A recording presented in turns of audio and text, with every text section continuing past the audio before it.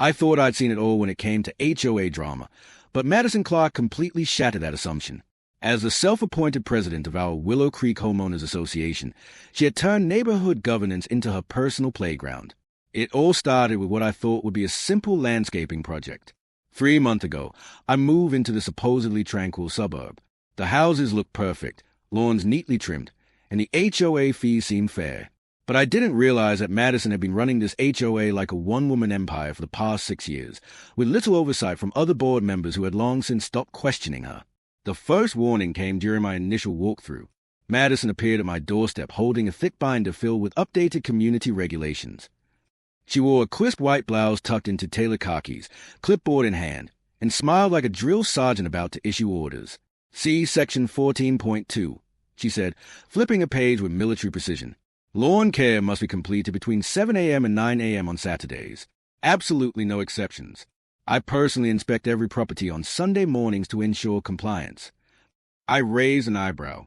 The original HOA document simply required lawns to be well maintained, without specifying exact times or days.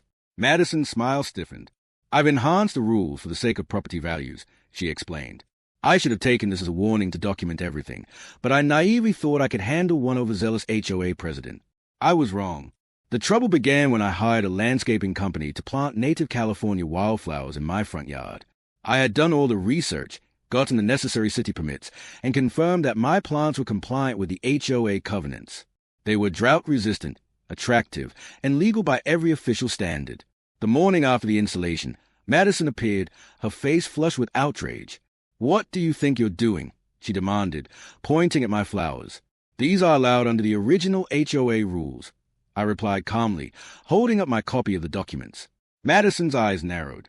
"Those covenants are outdated," she said, pulling out her clipboard.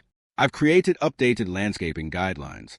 You must remove these plants immediately and replace them with approved grass species. Can you show me where these rules were officially approved by the HOA board?" I asked. "I'm the board," she snapped, "and I say these plants must go."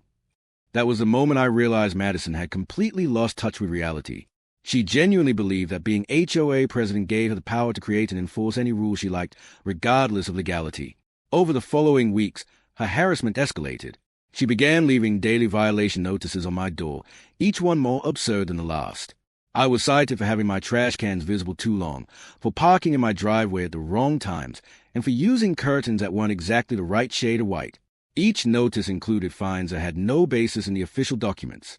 When I ignored her bogus charges, Madison's behavior reached new heights.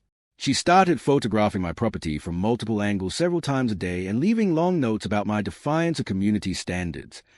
The breaking point came when I received a bill in my mailbox for $389.78. It wasn't an HOA fee or a fine.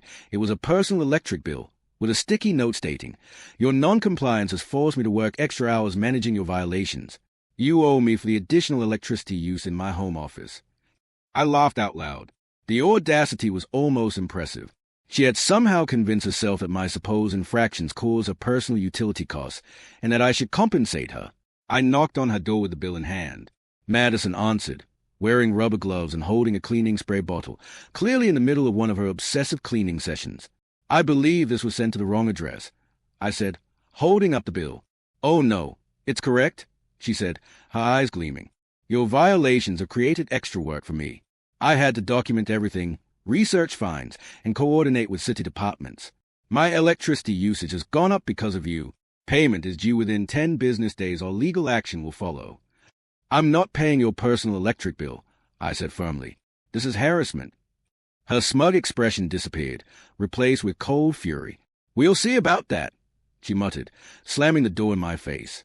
2 days later, sirens wailed down the street. A police car pulled up in front of my house. 2 officers got out, and behind them, Madison practically bounced with excitement. I opened the door.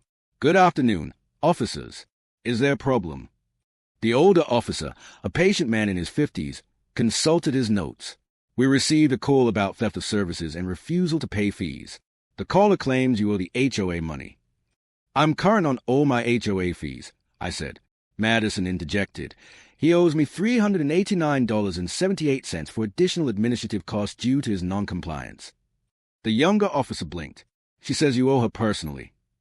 Yes, Madison insisted. For extra work I've done because of him. The older officer cleared his throat. You cannot have someone arrested for refusing to pay your personal utility bills. This is a civil matter, not criminal. Madison's face went red. But his stealing services. Did he request or agree to your services? The officer asked. Well, no, but... The older officer said firmly, if someone owes you money, pursue it in small claims court. We cannot enforce personal bills. I watched as her carefully constructed fantasy crumbled. She didn't stop there. In the following week, her harassment intensified. She issued multiple violation notices per day, citing me for intimidating landscaping, non-approved outdoor furniture, and even for having a driveway that reflected sunlight in a disruptive way. Fines climbed from $500 to $1,000.